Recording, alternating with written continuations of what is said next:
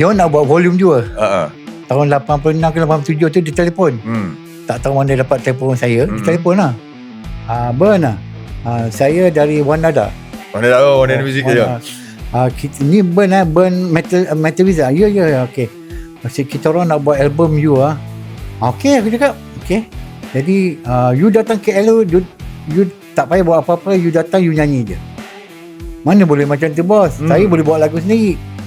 Luar pula sombong kita. Di situlah salahnya saya. Okay. Jadi you tak mau ke tak mau?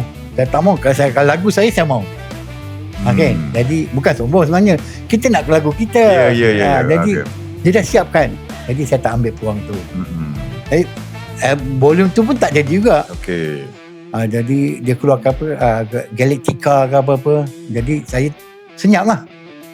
Tapi kalau saya Mei dalam album tu. Mei je. Okay. Jadi Mei dapat buat album solo. Okay. Jadi saya tak ada apa-apa. Kita main fanfare lah. Main fanfare lah. Maksud start main fanfare yes. kan. Main fanfare pusing faham. Betul. Okay. Atas nama Metal Wizard lah.